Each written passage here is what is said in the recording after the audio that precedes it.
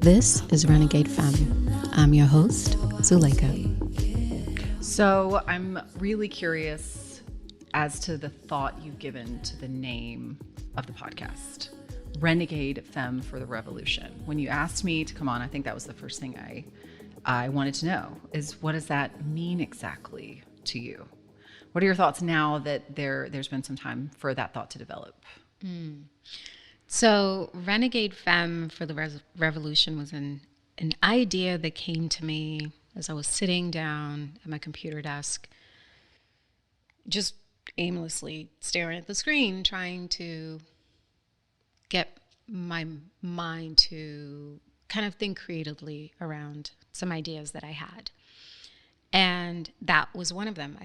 Because my mind wasn't connecting certain dots for me creatively, I took a break and I looked at what everyone does, social media. Mm-hmm. A book came up for me, and I remember that book. I don't remember the author of it, but it's called Renegade Beauty. Mm-hmm. And it's all about using food and, that term self-care and neuropathics and things like that to really cultivate your beauty from the inside out instead of, we're inundated with products. Mm-hmm. And just outside things and chemicals, and not really taking the time to really look at what your standard of beauty is and self-care and managing yourself. Never finished the book, but I saw the title and I thought it was just a beautiful name for something, for anything. And I was like, oh, maybe this idea that I'm having, maybe this block of creativity is something bigger that I'm too afraid to really think of it in this space. And at that time, I was doing a public speaking course that kind of maybe rival's not the right word. It was an anecdote to the male-centered corporate type speaking training that we see around. I'm not going to mention the name, but everybody knows the organization. Mm-hmm. And so I was taking that course, and towards the end of it, I was trying to figure out, well, how do I incorporate this into my life? How do I incorporate this into what I'm doing creatively as far as work and who I want to be in the world and who I want to be just now? Yeah. And part of the reason I was doing that is because I was trying to find my own voice. And I saw that book title, and something about it jumped out to me, and I loved that word renegade because it's just fiery and feisty, and it's all the things you're not supposed to be. Yeah. Especially when you're quiet, right? Yeah. And I tend to be a little bit quiet until you get to know me. Mm-hmm. And so I wrote down just off the cuff, Renegade Femme for the Revolution. And I stared at it and I was like, this is really dope. I really like this. Yeah. I don't know what this is going to be, and I don't know what I'm going to do with this, but I like this and I need to hold on to this. So I at the time, my friends and I were messaging. We used I forget if it's Hangouts or WhatsApp, whatever it was. This was 2017. It was November 2017. And I sent them a message and I said, hey, I have this idea. Normally I don't share things until they've been fleshed out. And I've had enough time to talk myself out of it is really what it is.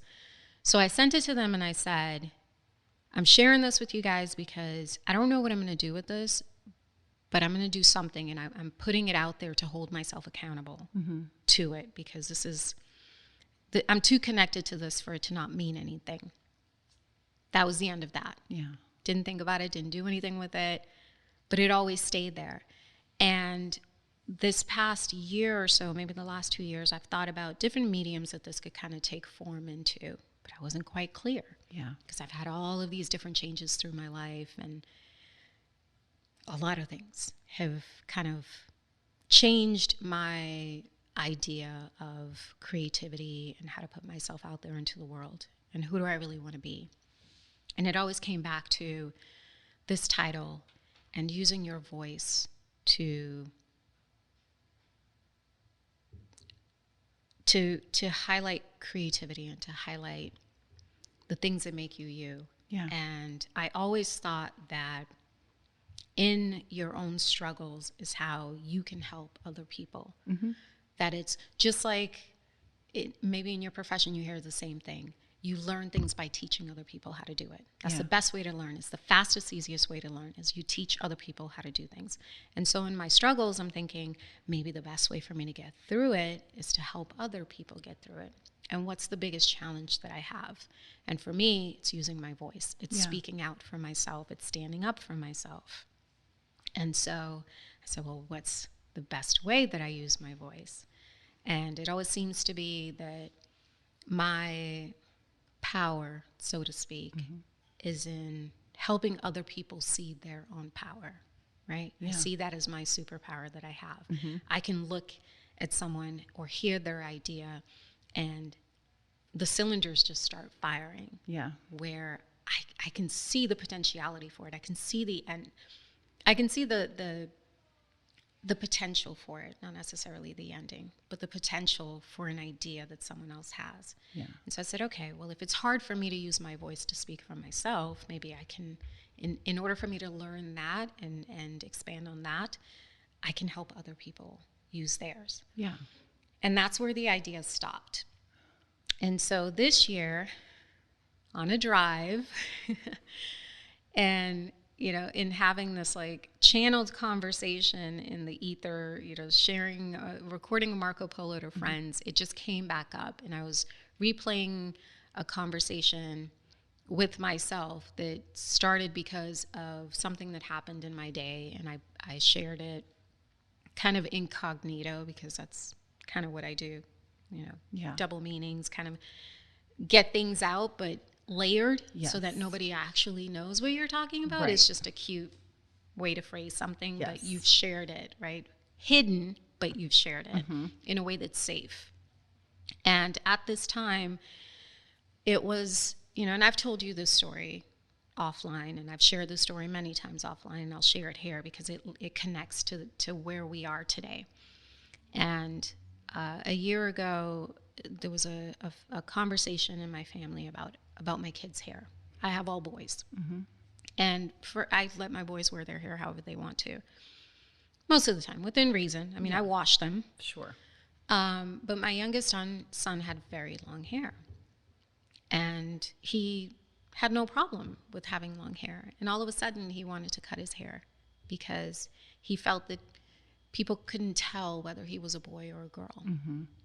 And I'm like, well, where's that coming from? Because this has never been a problem. I always check in, like, it's your hair. Whenever you're ready to cut it, you can cut it.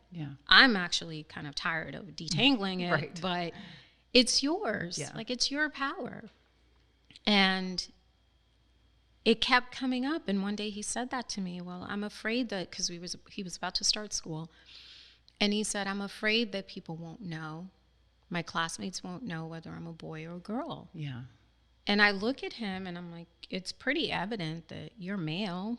I mean, he's not androgynous looking. He doesn't have, there's nothing about him that would indicate that he would have any proclivities to being confused or one way or another. He's very, he's a boy, basically.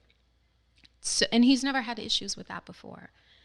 And I knew where it was coming from because I've heard these conversations that I've had to respond to them many, many times. And at that time, it just really upset me because here's this little kid who's never had an identity issue, who's very secure in who he is, corrects everyone when they say his name wrong or they spell it wrong or they assume it's supposed to be something other than what it is because of what he looks like. And here he is having a challenge because it's being repeated to him that this isn't how you're supposed to look. And so I had to have a conversation with him, which was a conversation with myself. And in that post, I made the statement of that sometimes being your whole self is an act of rebellion. Because people will come around and try to dictate who you are and who you're supposed to be and what you're supposed to look like. And so this is what I'm telling my 5-year-old son at the time. That no one has that right to decide for you who you get to be and how you look. That is up to you. You have to own your identity because the world will come and try to tell you who you can be and how you're supposed to behave and act and look at every turn. And if you don't learn now how to hold true to who you believe yourself to be, How are you going to move through the world? Yeah. You will question everything. And it was in that moment, it's in seeing it as at my age and being his mother, seeing it happen, you start, it blew my mind, you know, but you recognize how easily we're all minimized and defeated before we even get started. Mm-hmm. You know, here's a young kid who's proud of what he looks like. Yeah. He loves his long hair. He's happy with it. It doesn't bother him any. Mm-hmm. It's a point of pride for him. But now all of a sudden he's being told that he's not supposed to look like that because little boys don't look like this. Yeah. And for me, I needed to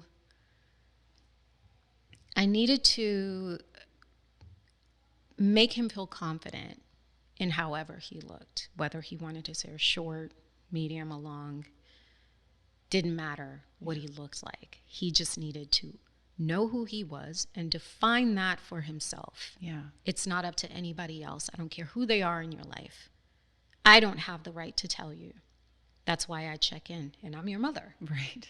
When you're ready to change how you look, it's up to you. You let me know.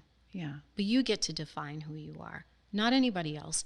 And damn sure not because of their expectations of what we're all supposed to look like. Yeah. And that, it just bothered me. And so in that kind of rant while I'm driving, and you know, we use Marco Polo to communicate all the time. Mm-hmm. You know that it's one of the best avenues because you get to have these conversations with other people uninterrupted. Yeah. You get to kind of go on these lucid thinking streams, right? Those streams of consciousness, and you actually get to finish a thought. And they're very therapeutic. And this one was definitely one of them. And that's where this idea or this remembering Renegade Femme came back to me. And it was like, this is what this was meant for. Mm-hmm. It was holding on to that ideal that we can make ourselves in our own image. No one else has the right to tell you what you can do, what you can't do, who you can be, what you can look like. And that's a powerful statement. Mm-hmm. You know, even in this time, in this society, we think and we try to act like we're free, but we're not. Every time we turn around, we're supposed to look a certain way. Yeah. We're supposed to talk a certain way. You know, we have all these expectations to meet. Where do they come from? Yeah. Who created these expectations of us? Mm-hmm. You know, and when do they start? And in seeing that happen to my kid and overhearing these conversations and having to defend his choice to look like how he wanted to as his mother, I started to see. I saw exactly where it came from. I saw where my own limitations came from because when I was his age, I'm sure as hell there were tons of things I wanted to be. Right. And someone came in and told me, you can't be those things. Yeah. I think in talking about, you know, when does that start? I think it starts before we're even born. Because, I mean, you've been pregnant, right? What's the first thing you get asked is, do you hope it's a boy or a girl? And then we start, you know, that determines what color their nursery is going to be and what their name is supposed to be, which I know we've both rebelled against some with what our kids' names are going to be. But we've already have these predetermined, like pretty tiny little boxes to put us into before we're ever even here, you know, and then it just continues, like we've talked about, depending on your circumstances and who you're around and who happens to say the right thing at the right moment that sticks with you, or who you respect and look up to that, you know, makes an offhand comment that sticks with you. All of those things. I think what you're talking about in parenting now is sort of like unlearning, getting him to unlearn because you've taught him all these things and then he starts learning new things and you have to kind of pluck that stuff out that doesn't align with what your family's values are. Right. And, you know, why would it be insulting to be called a girl anyway? Right. If he's called a girl, then good for him, right? Yeah. They must think you're a, you know, wholesome, all around great person. You're a beautiful looking person because again, weird expectations that only girls are supposed to be pretty. Right. So, exactly. Yeah. But lots of beautiful men. Yeah.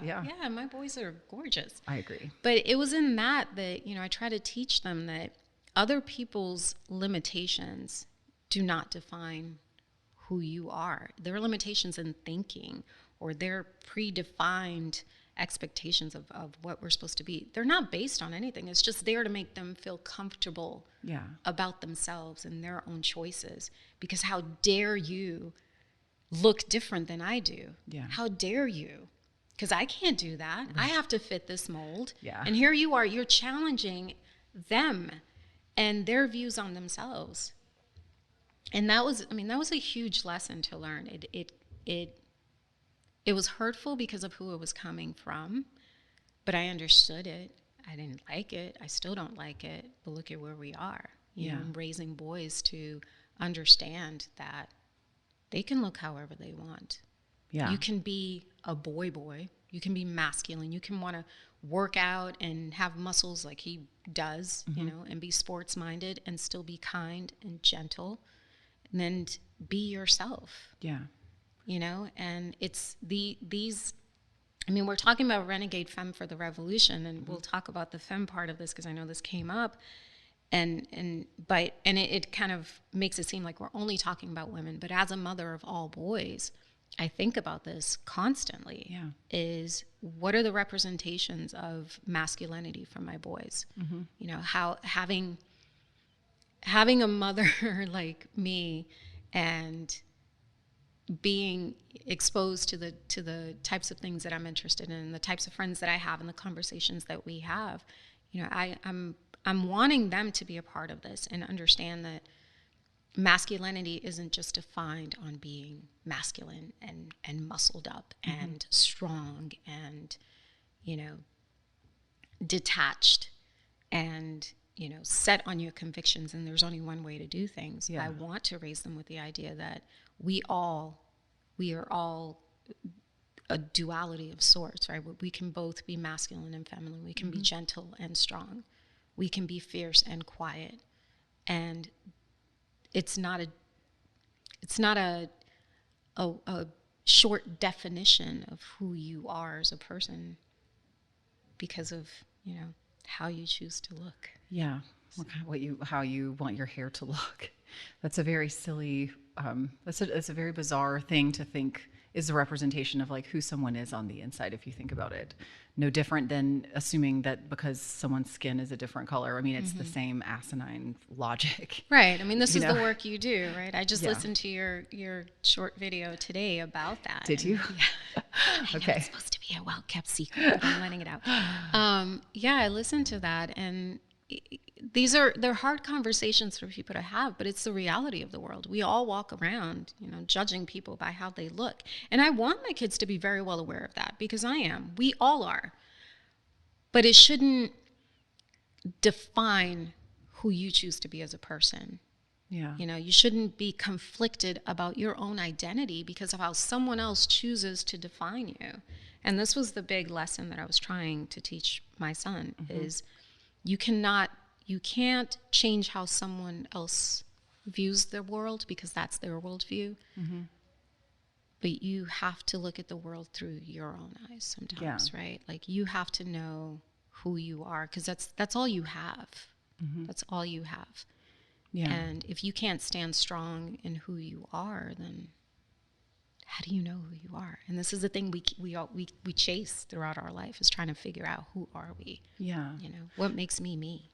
Do you think in terms of like the renegade portion of this, it implies a level of danger a little bit, right? Like, I mean, rebellion. Yeah. Okay. I mean, I don't dislike it. I hadn't thought of danger. I mean, have you met me? It's a little dangerous. I'm 5'3". It's a little dangerous. I'll have to share the story sometime of the guy I dated who got a renegade tattoo on his leg. Oh, cool. And if he hears this, it's not about you. Yeah. I forgot all about you until just this very moment, but I'm sure he's embarrassed because of the context that this tattoo has gotten. But the term implies, you know, some level of, I mean, I think it's a little dangerous, right? It sounds a little rebellious. So in thinking of some of the things we've talked about before, fear specifically, do you think for your son to express himself in a way that people may interpret as feminine is safer or less scary than for a girl to say, you know, shave her head or, you know, want to present as masculine?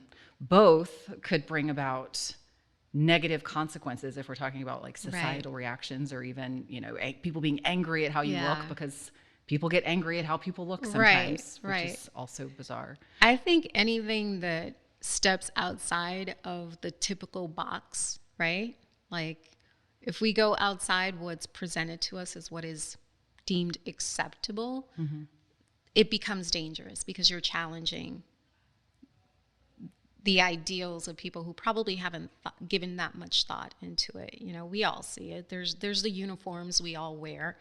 It's very recognizable. Yeah. You can look at someone and say, okay, well, they probably went to this school. Here's what they do on a Friday night type thing. And I feel like when people can't easily look at you and classify you, or know how to deal with you, then you're a danger to their own processes. Yeah. So, and then add to that if you dare to just go out and do whatever, Yeah. I'm sure how you look, and all listeners will get an opportunity to see that. It's very renegade. It challenges people's perceptions, right? Yeah. And it's kind of a little bit of a mind fuck, because if someone hears you or they know of you before you arrive. Now everyone's going to be like, what's her name? Let me look up a picture of her. I don't look that strange. Well, we're in a smallish town. You're not town. strange, but it's not a matter of strange. It's just a matter of, I wasn't expecting that. Yeah. I get that all the time. The label doesn't quite all fit, the time, right? Because sometimes my voice, people expect a certain look, and then I show up, and depending on the day. Yeah. So I get that. It's not that you're radical or anything. It's just I feel like anything that challenges or is outside of the typical. Yeah. Is suspect. Yeah. And can be renegade, can be viewed dangerous. For me, renegade is just more of a rebel. But again, rebel is just another word for somebody to categorize you as dangerous. Yeah. We're on the cusp of that, going against the in norm, society. Yeah. It's always been that way. Anytime you're a little bit different, you think differently, and you dare to speak about how differently you think, you're trouble. Yeah. And I don't know. I feel like we're in that age right now where, and definitely, if not in the age in society, definitely the age in my time, in my life, where I feel like, let's be a little bit dangerous. Let's push ourselves, to that brink of feel what fear feels like. And this is nothing. This is just, we're picking things that are really not that bad. Judging someone for how they wear their jeans or how they cut their hair, or, small little things that are really insignificant in the grand scheme of things. Yeah. I think it requires a certain level of bravery. And I know we've talked about the use of that word and how maybe it doesn't, when I think of brave, I think of like support our troops or something, but when I first shaved my head, I felt pretty damn brave, and freed from that. But I think there's also a bit of a bravery in choosing to view other people and those automatic assumptions you make where you're like, oh, I know this girl, she does X, Y, and Z. I bet she loves, whatever kind of assumptions. If we can be like courageous enough to not make those assumptions, you usually end up finding out that what you suspected of someone, even if it's true on the exterior, is not at all true on the interior. Right. Some of the craziest, most bizarre looking people have ever known who are covered in, face tattoos and stuff are like chemists, and I mean, that's just not what you would think at all. So I think if we allow ourselves to not only try to remove that barrier for us, but in other people, that we approach in an empathetic way, we benefit by learning more and growing more from other people too, Yeah.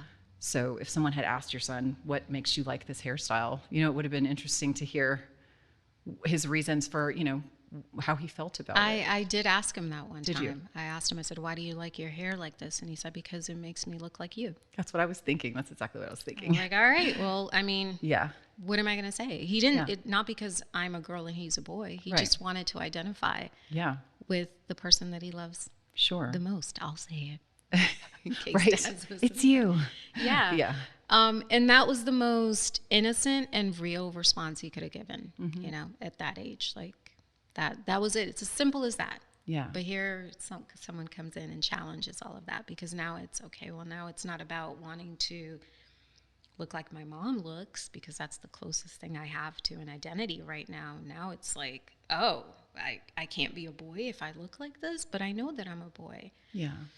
It's still a weird space to be in, because we still have these conversations. And even with the name of what I decided to call this idea, this universe of whatever this turns out to be for Renegade Femme for the revolution.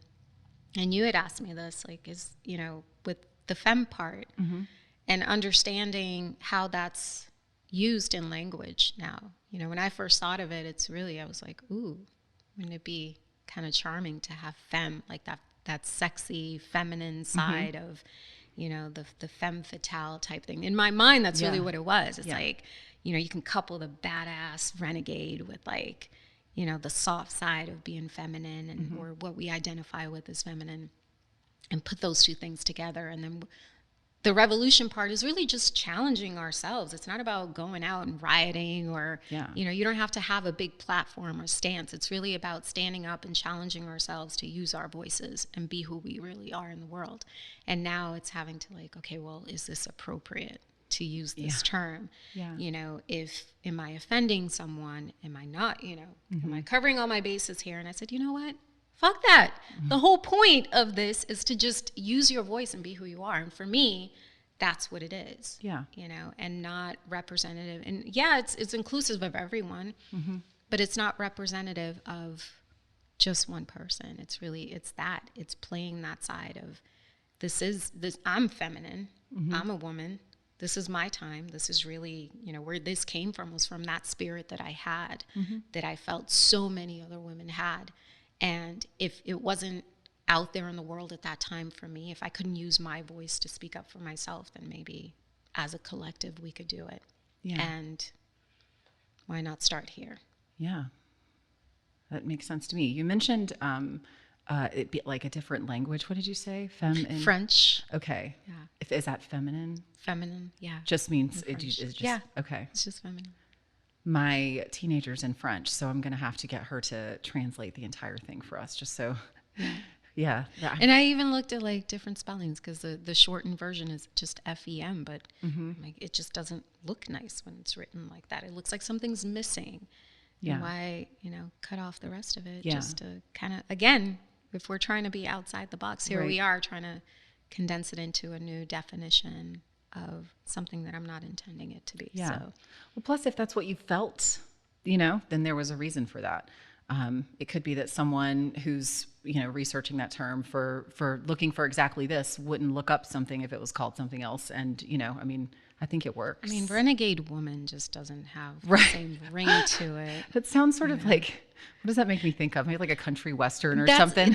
You're thinking of exactly what I'm thinking. Because really? It's sold at Walmart. There's that woman that does she had a blog, and then don't ask me about it because I don't know. I just remember seeing it in like crock pots and things like that. Okay. And it's all the blue. Pioneer Woman. Pioneer Woman. That's what it reminds me of. So you can't have Renegade Woman. It doesn't quite have the same ring. Not the same ring, And I like that it's challenging, right? I hadn't thought about that until when I think I was looking for like a URL for it, and Renegade Femme's already taken. So I'm like, okay, well, now I have to put my brain to work and try to come up with something creative, because I'm not changing this. So I was like, well, maybe I have to change how it's spelled. So I'm looking at all of the different variations and definitions, and like, I want to make sure, if I use it this way, that I'm using it properly. And that's where it came from. So I'm very well aware of the LGBTQ affiliation to femme and what it means. And I'm okay with that. Yeah. I'm not using it as a standard. Just an inclusive term. Right. And if someone thinks that that's what it's about, even better, because then they're listening to it. Well, I'm sure we'll talk about sexuality before it's all said and done anyway. I'm so looking forward to that one. Excellent. All right. This has been another episode of Renegade Femme for the Revolution. To continue the conversation, join us on Facebook and Instagram at Renegade Femme for the Revolution. To connect with me, your host, follow at Zuleica Rendell on Instagram. Be sure to click follow on Spotify, Apple Podcast, or whatever platform you're listening on to be the first to know when we release the next episode. Renegade Femme for the Revolution is recorded in studio at the Content Creation Center. Thank you for listening.